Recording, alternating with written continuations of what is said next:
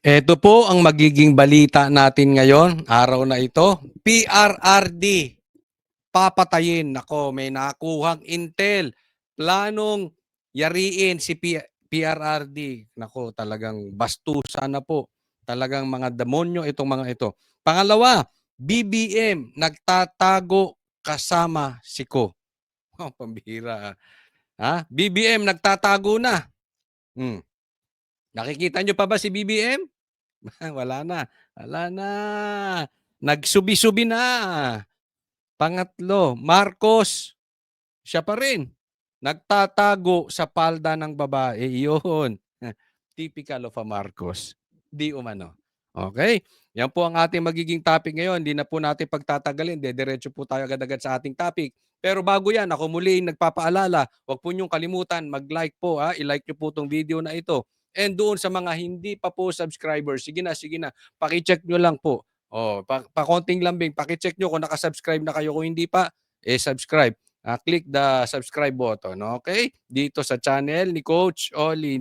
Diretso na po tayo agad-agad sa ating topic dahil kay Coach Oli, bida ang balita. Okay, ito unahin po muna natin ito bago yung na-intercept na planong pagpatay kay PRRD. Mamaya po yan, pero dito muna tayo. Ito. Natakot si Sandro. May ataking ginawa sa Congress. Natakot si Sandro. Nagtago sa palda ng babae. Ayan. Panoorin po ninyo. Panoorin natin. Yun kakatapos lang ng DOJ hearing. Yan, si Kiko Barsaga po yung nagsasalita. Kakatapos ng DOJ hearing. Tapang talaga. Kiko Barsaga, tapang mo talaga. Nagbibideo pa. Yang nakapula si Garin. Sandro Marcos. Ayun, si Sandro.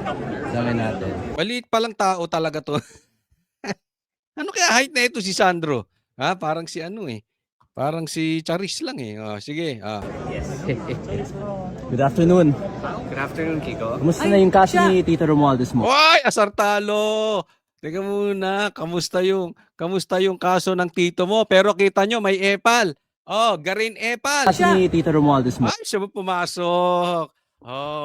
Tagapagligtas ng Marcos. Garin.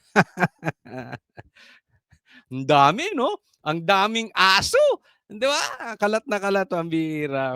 Alam mo, presidente tatay niyan. Congressman din yan. Lalaki yan. Tuli yan. Tuli. Hindi naman siguro supot yan si Sandro. Tuli naman yan. Hindi mo na kailangan ano ba, syota ka niyan? Nag-a-apply kang syota? May asawa ka ba? Palagay ko si Sandro may asawa to. May girlfriend. Pero palagay ko masyado ka ng matanda para kay Sandro. Paltong sigarin, umarang agad eh. Yung ano pala. Umiwas. Tingnan nyo, umiwas si Kiko Barsaga. Umiwas di ba? At tingnan nyo gagawin ni Garin. Ayaw sumagot. Ayaw sumagot. Huwag ganyan, boss. Huwag ganyan, boss. Basto. Nagalit na si Rep Garin. Yun Nagalit na si Garin. Ano kung si Garin ay aso o tuta? Ano mas magandang itawag kay Garin? Aso o tuta? Ito si Garin eh. Nako. Siguro naman hindi mo na Sandro, hindi mo na siguro papatulan to si Garin. Parang nag-a-apply na siyota eh. Kitang-kita naman, humarang, ulitin natin Noon. Good afternoon, Kiko. Kumusta na yung kaso ni Tito Romualdez mo? Nag-uusap eh. Huwag bastos ka, oy. Bastos ka, animal. Di ba? Nakakita na kayo ng ganyan, nag-uusap. Biglang haharang. Talaga tong babae na to, bastos. Ang pangit sa babae ng bastos. Umiwas na. Ayaw sumagot. Ayaw. Ayaw na. Umiwas na. Pumasok pa. Talaga naman. Ang daming gagaling talaga ng mga attack dog ni Tambi, no? Ano namang masama? Garin, kinakamusta lang naman yung kaso. Totoo namang talagang sangkot ito si Tambi.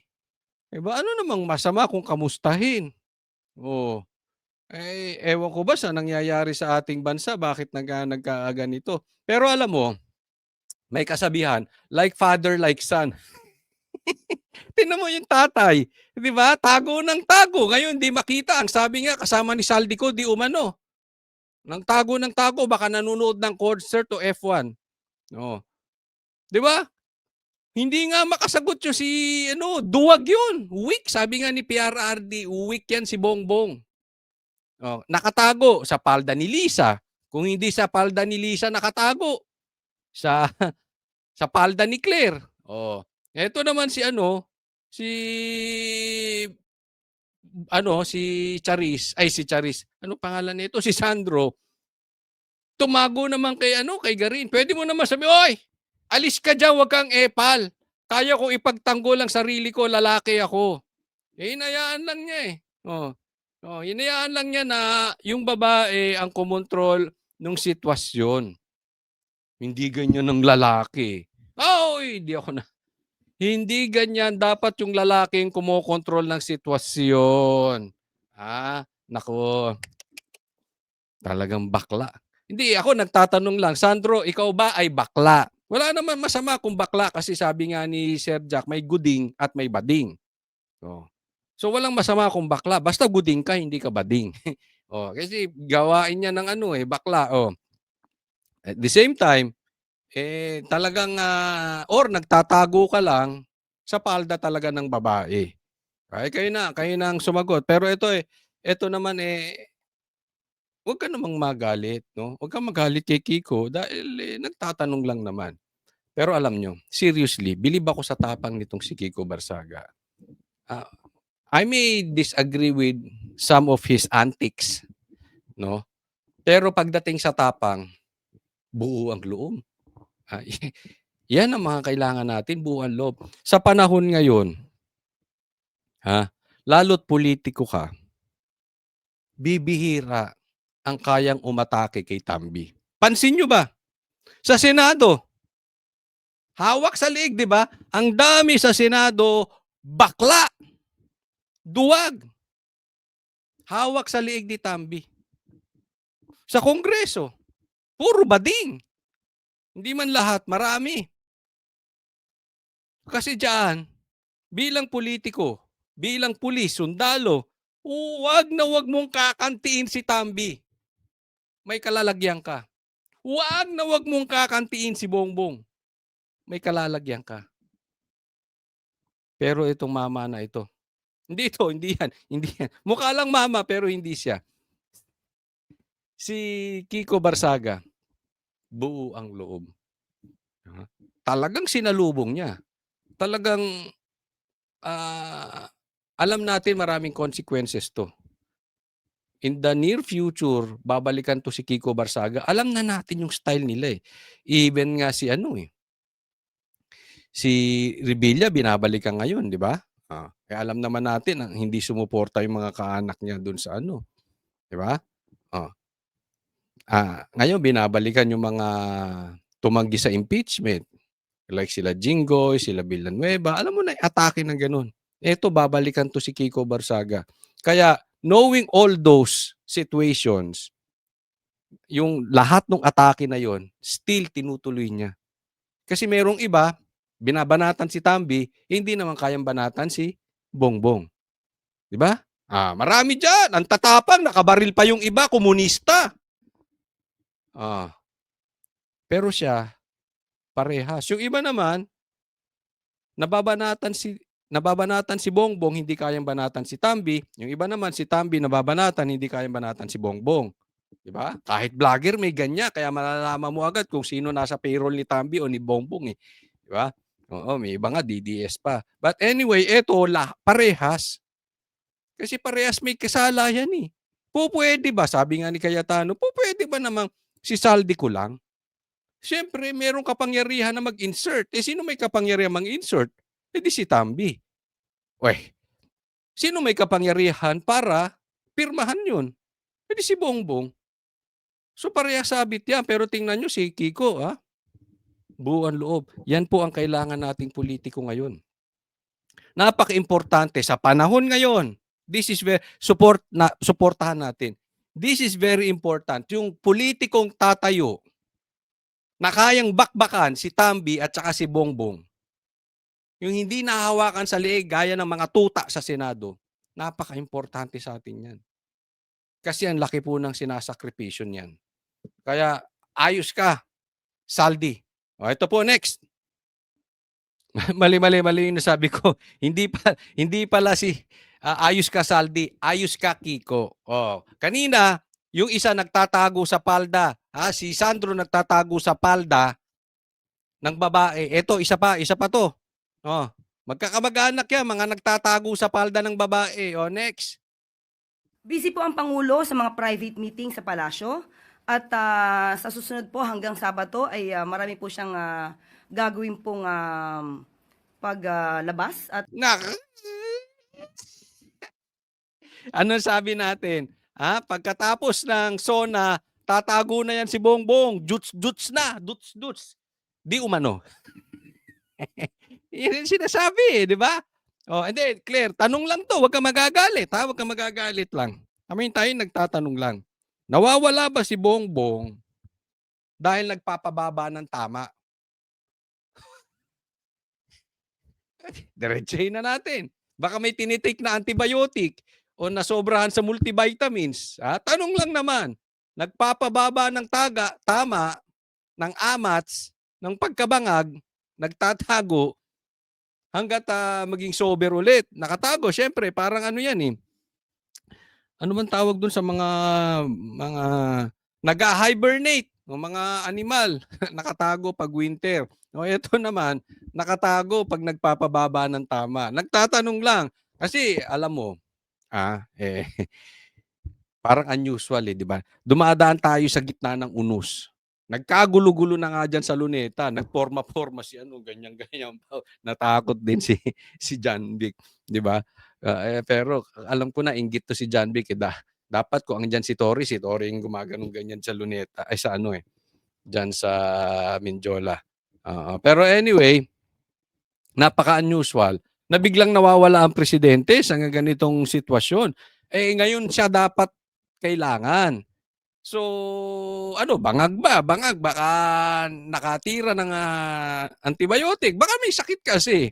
Oo, tumira ng antibiotic, so pahipahinga muna. Tanong lang yun, ha? Kasi yun ang sinasabi ng tao, ay, nawawala na si Bongbong. Ha? Nagpapababa ng tama. Yung iba naman, sinasabi, naku, nawawala si Bongbong, tumago na naman. Baka kasama na si Saldi ko. Nanonood ng concert, 'di ba? Nanonood ng F1 or nagsusubi. Hindi ko alam. Sabi ko hindi naman siguro. Wala po, mapakalinis niyan si Bongbong. Hindi walang kasalanan sa flood control projects yan. Walang kinita yan. Hindi naambagan. So ano ba siya pupunta sa ibang bansa para magsubi ng pera tapos yung offshore accounts niya, pondohan niya doon? Hindi naman siguro. Hindi magagawa ni Bongbong niya. Napakalinis niyan si Bongbong. Yun ang sabi ko. Hindi ko, sabi nila. Nasa ibang bansa na yan. May pang private jet yan. Nagsusubi-subi na yan. Posible, baka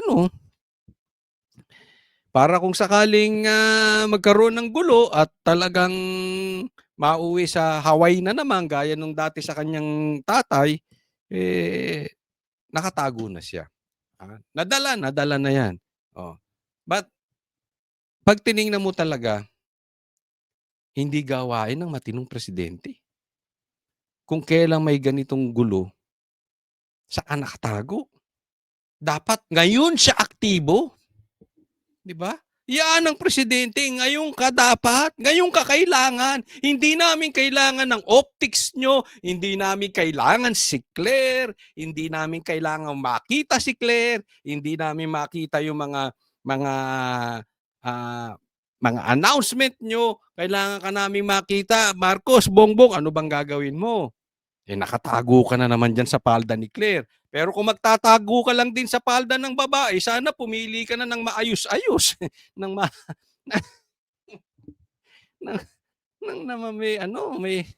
may pambira ka naman, no? Yung may talino ba?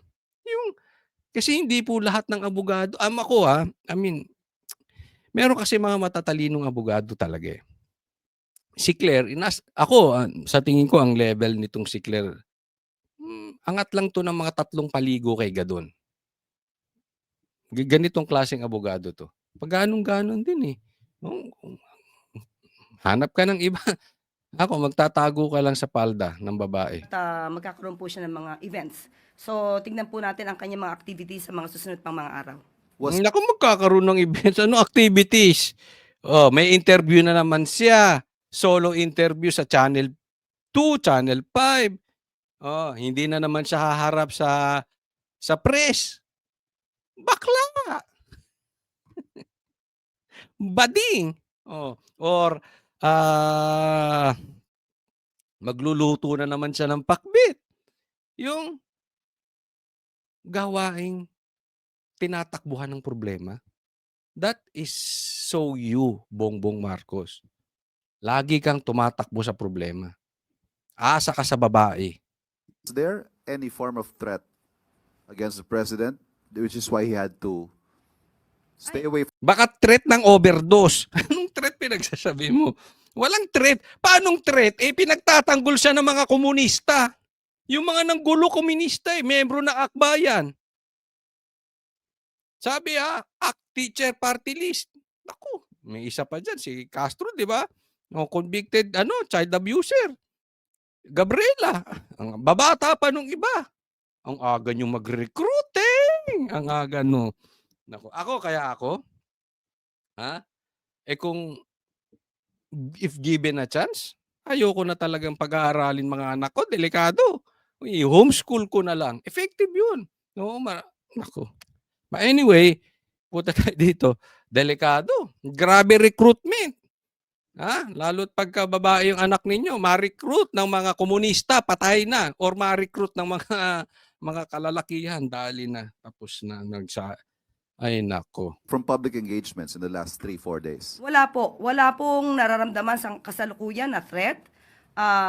Of course, maliban lang, sabi nga natin, sa mga nakaraang threat ng Vice Presidente sa kanyang buhay. Sa ngayon, Sarap mo kagatin. Kagatin mo yung Crooks. Si Bongbong ang nakatago. Nabanggit mo na naman. Tomboy ka ba? Ngayon naman tomboy. Parang tomboy ito eh.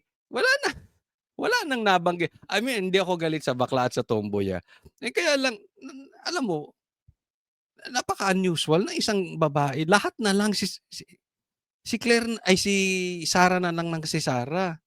Si Bongbong kina-question, nagtatago sa lungga. Si Sara na naman ang may kasalanan, animal na mga tao sa Pilipinas. Wala talagang pag-asa umasenso itong bansa na to. All our politicians, all of them is about Sara. Sara. Siguro napapaniginipan na nila yung si Sara. Lahat eh. Mga senador, pinagtatanggol si Tambi because of Sara. Komunista, NPA, Sara nasa utak.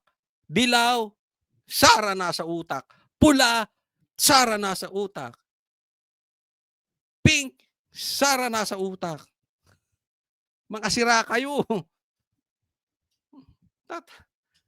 Sarap ang nako. Grabe yung insecurities, no? Grabe. Ito naman si Sara kasi. Kababaing tao, pinakain mo ng tae. Yung mga dilawan. Pambira ka, Sinukan na nila yung Marcos, kinakain tuloy nila ulit ngayon. Di ba? Huwag ganun, BP Sara, kababae mong tao, nagpapakain ka ng tae. Bawas-bawasan mo kasi yung lakas mo. Masyado mong ginalingan. Bawasan mong konti. Di totoo yan eh. Alam mo yung nangyayari eto real life lesson.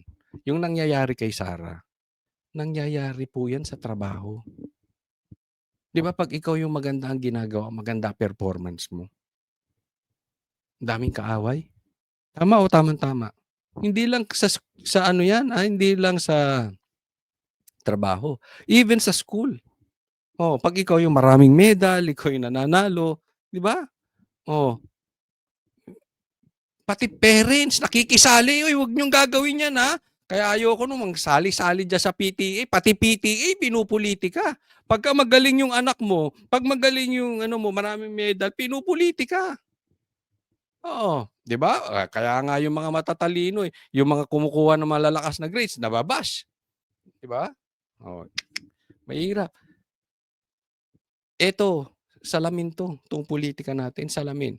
Sara, payo ko sa'yo, wag mong galingan masyado, ha? Bawasan mo konti. Yun po ay wala pong direct threat na nakikita at nararamdaman ng Pangulo at ang gobyerno at nagkataon lamang po siguro na wala pong activities pero tingnan po natin at bibigyan po namin ng ang media advisory kapag ka po maaari na po kayong sumama sa Ayan, pustahan. Matagal na naman. Kasi sinabi na ni Claire yan, hindi, magkakaroon ng interview si Bongbong. Hindi naman nangyari, di ba? No, kasi hinahanap ng pre si Bongbong. Naalala nyo, blinag ko dito. Hinahanap ng pre si Bongbong. O yung ganyan, yung press con. Yung ganyan ginagawa mo, sagutan. Hindi, nagpa-interview solo. Controlled environment. Ganyan kabakla, ganyan kaduwag si Bongbong. Duwag yon. Takot sa press yun. Ba't ka pa nagpresidente kung tatago ka lang sa palda? Di ba? Ito na naman siya, tingnan natin. Baka ano, ganyan, ganyan, ganyan. Hindi yun. Narinig na namin sa iyo ang Claire, sinungaling ka, isa ka pang babaeng sinungaling. Hindi na matutuloy yun. Tatago na ng matagal yun, nalakas na naman. Siyempre, maraming problema. Baka uminom ng ano, tapos na overdose. Ay, baka uminom ng ano, ng pampatulog. Di ba? Kasi pag stress ka, di ba? No, may mga kaibigan akong ganyan eh. O pag nai-stress, umiinom ng pampatulog. O, para kalmado. Oo. Oh, 'di ba ganyan? Ay ako po hindi ko ginagawa 'yun Promise ko. Hindi ako nagte-take ng kahit sleeping pills. Never. Oo, may ano may payapa naman tayo eh. God is our peace. Ayan. Next po tayo. Ito, pag-usapan natin tangkang patayin si PRRD. Hindi na paaabutin si PRRD nitong mga animal na to sa Pasko. Pagdasal na lang natin. Pasok. Sa pahayag, nakatanggap daw si VP Duterte ng impormasyong binisita ng mga kawani ng embahada si Digong at in-interview. Git ng bise, inabuso nito ang patakaran tungkol sa pagbisita sa isang nakadetain. Nalalagay raw sa panganib si dating Pangulong Duterte sa pagpayag ng ICC na mabisita siya ng anyay mga dumakip sa kanya. Kita mo, ito lantaran to. Papatayin nyo si PRRD talaga. Nagkuntsabahan pa yung Pilipinas at saka ICC. Ang ICC, ikaw ang korte. Dapat ikaw ang tumatayong arbiter. Dapat ikaw nasa gitna. Bias din kayo eh. Bakit nyo pinayagan dalawin nang walang abiso ng pamilya or ng abogado? Yan na ba yung sinasabi ni Eric? Ni Erwin Tulfo? Ni Boying? Bending Dalo? Ganyan na tayo, lakasan na lang tayo. Wala nang batas-batas. Wala nang abogado. Wala nang due process. Bastusan na, babuyan na. Bakit kayo kumuntsaba sa Pilipinas, ICC? Kayo naman, Pilipinas. Baboy din kayo talaga. Binababoy nyo ang batas ng Pilipinas. Binababoy nyo ang batas. Hindi na kayo makatao. Kung ano mangyari kay PRRD, sagot nyo yan, maniwala kayo. Sasagutin nyo yan sa taong bayan. Ito talaga Para sa akin, tangkang pagpatay yan kay PRRD. Ayaw na talaga nilang paabutin ng Pasko si PRRD. Kasi habang lumalapit sa 2028, tandaan nyo to, sasabihin ko, hanggat lumalapit tayo sa 2028, dadami pa ang Kiko Barsaga. Dadami ang Tiangco.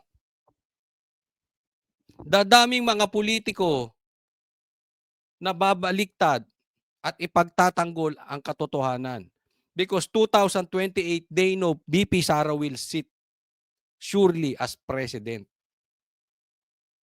At habang tumatagal, mas maraming tumatapang dahil nakikita nila si Bongbong Marcos wala talagang planong ayusin itong naganap na pagnanakaw sa bansa.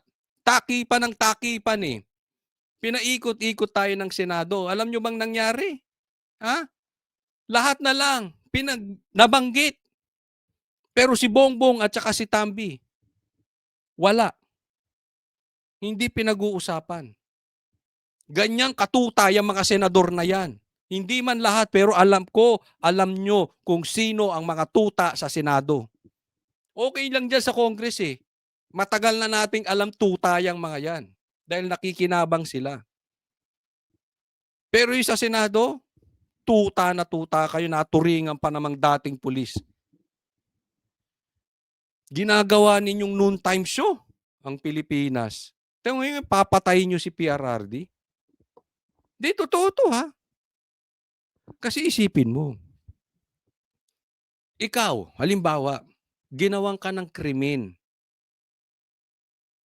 at injustice, pinakulong ka ng isang tao na alam mo wala kang ginawang masama. Tapos pupuntahan ka doon sa kulungan. Kung kayo malakas-lakas, mapipilipit nyo liig nun eh. Mapapatay nyo, madadagdagan pa kaso nyo. Di ba? Pero si PRRD mahina na eh. So hindi na makaka-react yun. Ang reaction lang nun sa loob sa puso. Talagang papatayin siya eh. Very stressful yan. Ha? Kaya nga yan ang lagi naming sinasabi na kaming magkapatid doon sa aming tatay eh. Na, huwag ka na magtrabaho, huwag ka na. Stressful lang yan eh. Mag-travel ka na lang. Diba? Bakit ka pa magpapaka-stress? Kasi pagka may edad ka na, ha? Bukod sa pagkain ng taba, healthy pa yan. Ay, totoo yan. Ang number 1 kaaway ng matanda, stress. Tapos gaganunin nyo. Dadalawin ka nang nagpakulong sa'yo. Ang baboy talaga ng gobyernong ito. Ang baboy. Tapos sasabihin nyo, ICC, dapat sa ICC tayo para patas. Bulok din kayo, ICC. May abogado, hindi kayo nagpaalam. May pamilya. Yung iba nga, yung mga secondary family nga ni PRRD, hindi makapasok eh. Tapos yung nagpakulong, papapasukin nyo. Grabe ka baboy nyo. Marcos, yung gobyerno mo, baboy ha. Hindi rin daw nito hiningi ang permiso ng mga kamag-anak ng dating Pangulo. Kung magpapatuloy ang ani ay mapanglinlang na welfare check, dapat daw sagutin ng ICC at ng gobyerno ng Pilipinas sakaling may mangyari man sa dating Pangulo. Dapat talaga sagutin nila, pero ayaw na nating dumating doon, BP Sara. Tigilan na nila yung katarantaduhan nilang yan. Hindi po pwedeng mababalik ba nila buhay ni PRRD? Diba? Kahit 4 na Marcos pa, hindi mo nyo kayang palitan. Yung kunwari sabihin, sige, pag may nangyari kay PRRD, papalit namin si Saldico, si Bongbong, si Sandro, tsaka si Tambi. Hindi rin. Unfair. Magnanakaw yung mga yun eh. Ito, galit sa droga eh. Eh yung iba nga doon, bangag pa raw eh. Di umano. Hindi na mapapalitan yung buhay ni PRRD. Di ba? Sa katunayan, pag andyan si PRRD sa Pilipinas, maayos ang Pilipinas. Oh. Eh, yung 4 na yan, nandiyan dyan. Salot yan eh. So, walang kapalit. Huwag na nating paabutin doon. Ayusin nyo na. Itong gobyerno natin, bastos din. Instead na nag-a-apologize kayo sa pamilya, kayo, pare-parehas kayo. 'Tong gobyerno na natin na tayo sisi, imbis na nag-a-apologize kayo sa pamilyang Duterte, at nag-a-apologize kayo sa Pilipinas sa ginawa niyong 'yan, gina-justify niyo pa, nagpapalusot pa kayo. Lagi kong sinasabi, itong gobyernong 'to, walang ayos na matatanggap tayo dito. Dahil lahat ng mali nila, hindi nila tinatanggap. Yung sa baha, hindi nila tinatanggap. Anong sigaw ng dilaw? Huwag umalis si Bongbong. Pambihira. Si Tambi, hindi rin. Anong maayos ang gagawin natin yan? Di ba lokohan? Ang concern lang ng dilaw, diretsahin na natin. Tsaka si Bongbong, optics. Imahe lang. Pero yung talagang pag-ayos, wala. Mga hypocrites, lalo na yung dilaw, napaka-hypocrites niyan. Laging nagpapapicture, nasa harap ng simbahan, nagdadasal. But tingnan mo ang buhay. Mga ipokrito yung mga yan.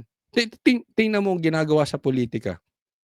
Di ba? Pinipikit nila mata nila kay Bongbong dahil sa insecurities kay Sara. Sinisilip yung 125 million ni Sara. Hindi nila masilip yung laki ng confidential funds ni Bongbong. Yang kayo, dilaw. Ipokrito kayo. Sa gitna nito, binakbakan din ni VP Sara si Pangulong Bongbong Marcos dahil binigo niya raw ang mga overseas workers na wala umanong naranasang welfare check mula sa gobyerno. Mga kapatid, Alam mo, tama dito si VP Sara. Ang daming may problema natin na mga overseas na naka-detain din. Dinalaw ba? Sige, dinalaw nyo ba, Bongbong? Kasi si PRRD, dating presidente yan eh. At ang mga anak niyan, vice president, congressman, mayor. They have the capacity to take care of Bongbong. Of PRRD. Hindi kailangan ng dalaw ng gobyerno. Ha? Ang kailangan yung dalawin, yung nangangailangan ng dalaw nyo. Bakit? Hindi nyo, kung talagang kayong concern sa mga nakadetain, bakit hindi yun ang dalawin ninyo? Yung kailangan ng dalaw, hindi nyo dinadalaw. Yung ayaw ng dalaw nyo, dinadalaw nyo. Mamamatay tao kayo talaga.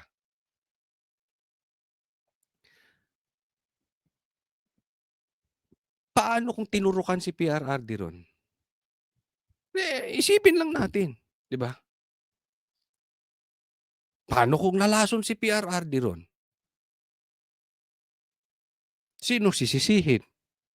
Halimbawa lang, nalason siya ron. Sinong sisisihin? Di magtuturuan pa ngayon. Diba? Paano kung biglang ma-stroke? Dahil sa stress, magtuturuan pa ngayon. Mananagot talaga kayo. Whether pinatay nyo directly or indirectly, mamamatay tao talaga kayo. Mga wala kayong puso. Ano ba tayo? Nasa martial law? Wala nang batas-batas, sabi nga ni ni Eric Tulfo. Eric Silvester. Wala nang batas-batas. Paikutan na lang yung batas, ganun. Loko-loko talaga itong mga ito. Ang kakapal ng muka. Next po tayo. Ito, pag-usapan natin, speaking of Eric Silvester. Silvester ba o Silvestre? Ano ba nangyayari? Ito yung ayaw sa, wala nang batas-batas. Let's bend the law. Pasigaw-sigaw pa. Ba? Ang tapang-tapang nito, sigaw-sigaw ka. Nung kinompronta ka ng mga babae dyan sa Green Hills. Green Hills ba yun? Hindi ka nakasagot. Pag privilege speech, hindi sila pwede. Hindi mo sila pwedeng sagutin. Hindi ka makakapalag. Kaya ito, keyboard warrior lang to. Tapang-tapangan. Nung harapan na ng mga babae na wala siyang, hindi siya pwedeng, may protection siya. Wala na, duwag na. Pag sa Senate kasi, pag sinigaw-sigawan ka niya, hindi ka papalag, pakukulong ka lang. Oh, at kahit anong sabihin niyang illegal, wala. May immunity po sila eh. O, yan yun. Limpat na pera, ibalik pa rin sa condition. That's what I'm saying eh. If you're really in good faith, di ba, gusto mong tumulong sa investigation, why not sagad-sagarin mo na? Oh, whether if, ang pinag-uusapan dito na sinabi niya, paminsan, we should bend the law. Wala akong pakialam sa batas. Yan ang statement niya, wala akong pakialam sa batas. Sabi niya ngayon, ano na siya ha? Nag-excuses na. If you're in good faith at tutulong ka rin, sagarin mo na. Tanga! Alam mo ba kung sino mastermind? Si Tambi. Lagi mo siyang kasama nun. Alam ko yun kasi binablog ko yun. Di ba nag-iikot kayo? Doon sa bigas? Anong nangyari sa'yo, Tulfo? Ganyan na ba kayo mga Tulfo talaga, mga plastic, except si Ben? Gusto mong sagad-sagarin? Todo mo. Alam mo si Tambi, ang mastermind. Isa sa mastermind. Kaya mong sagarin hanggang kay Tambi. Pustahan tayo. Pustahan tayo. Pepreno ka pagdating kay Tambi. Lahat. Babanatan mo. Banata ng mga DPWH, banata ng sekretary, banatan si Saldico, banatan ng kontraktor. Pero pagdating kay tingnan ko kung mabanatan mo. Preno ka doon. Huwag nga tayo magplastikan. And okay, marami naglabasan sa social media kahapon na nabanatan tayo. Talaga dapat lang, pati nga kapatid mo, binabanatan ka na eh. Siguro it was just born out of anger na I said na bend the law to please the people. What I meant was bend the law to Bend the law to please the people. O anong palusot niya? Ano daw ibig sabihin niya? Okay, ano? for humanitarian reasons. Acts for humanitarian reasons. Alam mo bang maraming galit sa'yo dahil hindi ka dapat senador? Humanitarian yun eh. Maraming naniniwala galit sa'yo. Kung gawin sa'yo yun, hindi po pwedeng walang batas-batas. Di ba? Yung citizenship mo, ang daming kumi-question dyan, ayaw sa'yo ng mga Pilipino. Oo, maraming bumoto sa'yo, pero marami ring galit sa'yo. Tama ba yon? Nailagay nila sa kamay nila ang batas? Kasi when you say bend the law, you enforce the law because of yung flexibility at saka yung for humanitarian reasons. Pero I didn't say na we have to break the law, violate the law. Okay. Ito palusot niya, okay? Nag-i-excuse siya. Na for yung what I mean by bend the law is for flexibility. And for humanitarian reason, pero hindi to break the law. Okay. Gusto mo ng ganyan. Ito lang lagi ko sinasabi kahit doon sa mga sinong politiko. Dapat parehas. Kung kaya mong sabihin yan sa mga diskaya o sa mga kontraktor, kaya mong sabihin din yan kay Tambi. Sige, balik mo na yung pera. Saka na natin pag-usapan kung tama ka o mali ka. Let's break the law. Alisin muna natin yung due process. Kaya mong sabihin yan? Tulfo? Kayong Tulfo, kaya niyong sabihin yan? Doon sa mga matataas? Yung generals nga, hindi nyo mabanatan. Yung maliliit na pulis ang binabanatan nyo. Di umano, yan ang sinasabi sa akin. Totoo ba yun? Babanata mo yung mga kontraktor. Kaya mo ba? Yung pinapagawa mo, kaya mong ipagawa kay Tambi? Dapat patas lang. Yan lang naman hinihingi natin. Kung ano sasabihin mo simula ngayon, dapat kaya mong sabihin kay Tambi. Kung hindi, ala ka rin kwenta. No, I didn't mean that. What I meant was bend the law para for humanitarian reasons on this issue about returning the money Yung sinasabi ko, isang tabi muna natin yung batas. Kasi sinasabi, may batas daw, yung restitution. We have to follow the due process. Pero sinasabi ko, baka pwedeng hindi. Idiretso nila kung talagang kagaya nga sinasabi ni Secretary Remulla, baka yung voluntary nila isurrender. Hindi na tayo dadaan sa korte.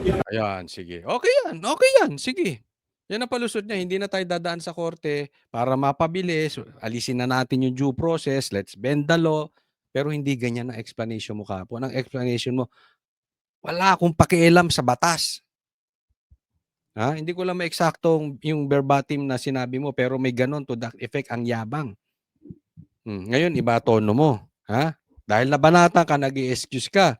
Pero kung nagustuhan ng taong bayan, kasi mahilig may mga politikong ganyan, magbabanggit lang ng salita para pick upin ng media. Pag nagustuhan ng Pilipino, shoot. Hindi, nag-backfire. Diba? Okay, sige. Kaya mo rin tanggalin ng due process at ibalik na lang ni Tambi. Kaya mong sabihin na ibalik na rin ni Tambi yung mga nakuha niya. Sila ang guilty dyan sa insertions. Alangan namang ako. Anong i-insert ko? Sino bang may kapangyarihan mag-insert? Kabobo mo naman kung hindi mo pa alam yan. Diba? O kaya mong sabihin kay Tambi yun? O hanggang mabababa ka lang tao? Yung dinasabi O may away asawa lang kaya nyo? ng Malacanang sa mga press release niya, yung galing ng Malacanang, na they believe na dapat isurrender na muna ng mga diskaya at saka yung mga witnesses na papasok dyan sa protective custody, yung kanilang mga nakuha mula sa gobyerno. And that's what I meant. Thank you. Hindi yan ang nagugustuhan ng tao. Alam nyo kung bakit? Ha? Hindi sa pinagtatanggol ng diskaya. Kaya lang, halatang halata na ayaw nyong paniwalaan ng diskaya, namimili kayo ng gusto nyong paniwalaan. Binanggit na nga ng diskaya si Saldi at si Tambi, hindi nyo makana. Diyan lang sa tabi-tabi si Tambi, oh. Tapos kung makapagsalita ka, pasigaw-sigaw ka, kala mo katapang. Next. Okay, isa po sa speaking of mastermind nang nakawan sa flood control, mga ghost projects. Ito, pag-usapan natin si Saldi. 11 air assets worth nearly 5 billion pesos ang kinumpirma ng DPWH na pagmamay-ari umano ni Ako Bicol Party List Representative Zaldico. Yung sarap ng buhay mo, Brad. Ano ba negosyo mo? Huwag nyo sabihin meron kayong ibang negosyo. Isipin mo, air assets pa lang. Wala pa tayong pinag-uusapan na land asset, building asset, kung anong asset. Di ba? Air asset pa lang, 5 billion na. Pinifreeze. Sarap ng buhay nyo, no? Samantalang yung mga ibang Pilipino nalulunod dahil sa baha. Kayo, ang dami nyong mga eroplano. Pambihira. Asan kaya konsensya nitong mga to? Kasi alam ko papalusot na itong mga ito eh. Hindi, pag chinek mo yan, tingnan mo yung paper trail, money trail. Pag tinanong mo saan galing ang pera, hindi nito mapapano. Sasabihin lang niya meron silang lehitimong business, construction. Yung mga construction nyo nga puro puro ghost projects. Kabilang dyan ang isang Gulfstream 350 na nagkakahalaga ng 36 million US dollars. Dalawang Augusta Westland AW1398 na 16 million US dollars each at ilan pang mga chopper. Naharap na sa freeze order ang mga asset na ito. So we have also written the AMLC, the DOJ, and also the ICI informing them about this, and we will leave it up to them to what to do with these assets. Una nang kinumpirma ng Kamara na pumuntang Estados Unidos si Ko para sa umano'y medical treatment. Pero ayon sa mga dokumentong nakuha ng Politico.com, bound for Madrid, Spain ang kongresista ngayon. Batay sa flight records, umalis si Ko sa Dubai alas 8 ng umaga ngayong araw at expected dumating sa Madrid Airport ng 7:20 p.m. Manila time. Ayan, tingnan. Ito, okay. Pumunta raw sa US para magpagamot. At ihahatid yung anak niya siguro pilay. Hindi kaya maglakad mag-isa. No? At dahil papasok sa eskwelahan. Palusot nila. Ridiculous. Okay. So sabi kaya nagpapagamot sa US. Abay, nasa Dubai pala. At pupunta pa ng Spain. Ang dami mo namang pinagpapagamutan. Ano bang pinapagamot mo? Katibayan sa Yagbols? Hindi ko maintindihan bakit kailangan mo magpalipat-lipat ng bansa kung magpapagamot ka. Kasi kung medical yan, kayang gawin ng US lahat yan. So, ba't kailangan pumunta sa Dubai? Anong merong gamutan sa Dubai na wala sa US? Kaya ako napapaisip, ano kayang pinagagamot nito? Tapos pupunta ng Singapore. 'Di ba? Ito'y sadyang niloloko kayo nito mga to. Itong gobyerno natin, pag di nyo napauwi ito, mga pulpul kayo, kaliwat kanan. Mga 1,000, isang tanga kayo dyan. Buong bansa, baha. Nakidnap nyo si PRRD, binastos nyo ang KOJC, ngayon wala kayong alam. Sa bagay, wala na si Torre. No? Baka inutil si John Vic. Baka lang naman, hindi ko siya pinagbibintangan. Baka lang naman. Kasi nung si Torre, ang dami niyang nagawa. Si John Vic, hindi mo kaya to? Hindi niya kasi nagtatalo sa paepalan si Torre at si John Vic. Diba? Pero ito sadyang, obviously, nanloloko na to. Hindi mo kailangang palipat-lipat ng bansa para magpagamot. Bukod pa riyan, nakakuha rin ng Politico.com ng kopya ng visit pass ni Ko mula sa Singapore Immigration and Checkpoints Authority. Ayon sa dokumento, issued ang isang 30-day visit pass para kay Ko mula September 16 hanggang October 16. Sa eksklusibong video na nakuha ng Billionaire News Channel, kita si Ko sa airport sa Singapore kung saan umalis siya 12:15 ng umaga via Emirates. First class ticket umano. Yan. First class na siya, demoted na. Pero alam nyo, yung first class, matindi rin yan, Oo, malupit yan. Pero isipin mo, first class siya ngayon. Naka-private jet yan. So, di natin alam kung ano na nangyari. No, baka nag-overheat yung private jet niya. Pero ito, this is very important. Dapat makarating to kay Saldi. Yung partido nyo, I know you are not stupid. Alam natin nangyayari ngayon. Ginagawang fall guy na si Saldi. Nilalaglag ka na, Saldi. Kung ako tatanungin, dapat lang sa'yo yan. Buti nga, ang laki ng balik sa'yo. 'Di ba? Pero, Saldi, alam naman natin, sabi nga ni Kiko Barsaga, yung kinita mo, barya lang yan compared sa kay Tambi. Tapos, ikaw ngayon ang dinidiin. Hindi, obviously, alam to ng partido mo. Alam to ng mga congressman. Alam to ng pamilya mo. Nilalaglag ka. Nilalaglag ka na, Saldi. Para sa ganun, ligtas sila. Alam nila, hindi ka rin naman makakauwi dito dahil kakardihin ka. Posible nga sila pa pumatay sa'yo, tapos ibibintang na naman kay Sara. Di ba? Alam na natin yan eh. Delikado ka rito. Pag umuwi ka rito, yayariin ka niyan, mga yan. Kasalanan niya ni Baste, kasalanan ni Sara, kasalanan ni PRRD, kasalanan ni Pulo, kasalanan ng DDS yan. Ganyan lang. Tapos mamanipulahin nila yung media. Oo, kasalanan. Tapos tatawag sila ng artista. Kasalanan ni Duterte yan, kasalanan. But for the meantime, patay ka na. Di ba? Kasi alam nila, pag umuwi ka, magsasalita ka. Tatamaan ka talaga rito. At alam namin, may mga alam kang ebidensya laban kay Tambi at kay Bongbong. Okay. So, kailangan magsalita ka na. You are on the losing end here. Total, hindi ka rin naman makakauwi dito. Total, tatago ka rin lang naman. Tumago ka na ng todo. Pero, you make a deal with them. Laglag mo rin. Alam namin marami kang ebidensya na hawak.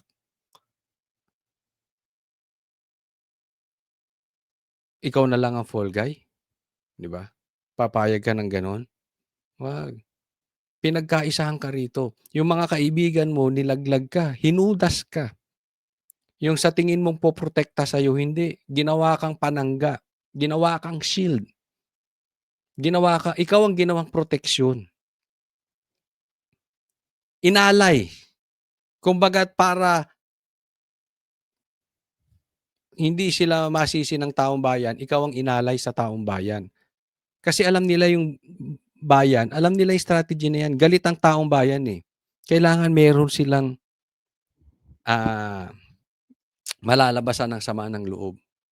At ikaw yun. Ikaw yung inalay na yun.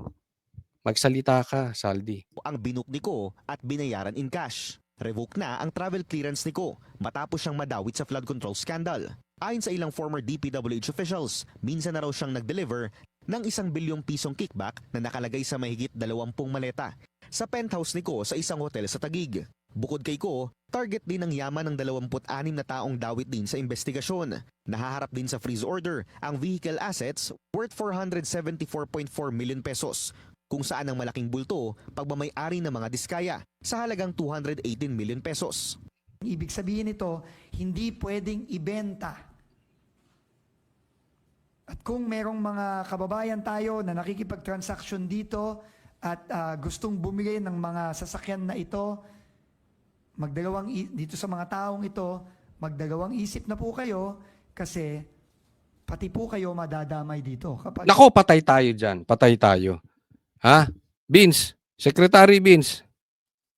Nabili ko na yung isang helicopter ni Saldi. Patay tayo dyan. Hindi ko namang alam na galing pala sa nakaw yun.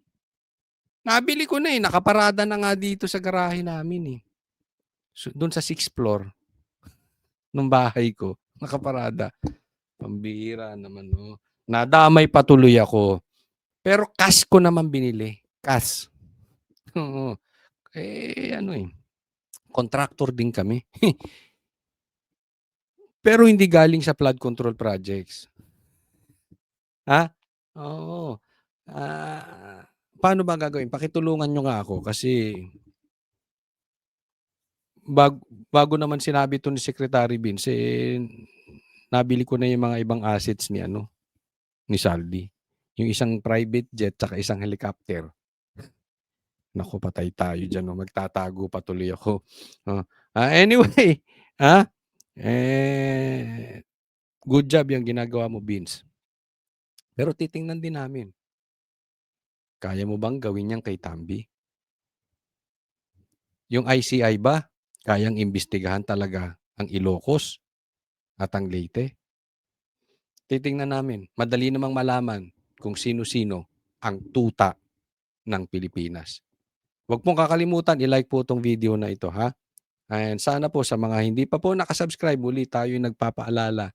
Subscribe po kayo. At, teka muna, bago tayo mapunta dyan. Po-promote ko lang din po yung aking Facebook. Baka naman pwede kayong mag-follow. Ito yung aking Facebook account. It's Coach Oli News 2. Ay, hindi pala makita. Ayan, Coach Oli News 2. Dalawa po yan. Ito, Coach Oli News 2. Tapos, itong isa ay Coach Oli News PH. Follow nyo po ako sa Facebook, ha? Okay, maraming salamat po. Huwag pong kalimutan, subscribe. Sa Facebook, follow. Thank you po. God bless everyone.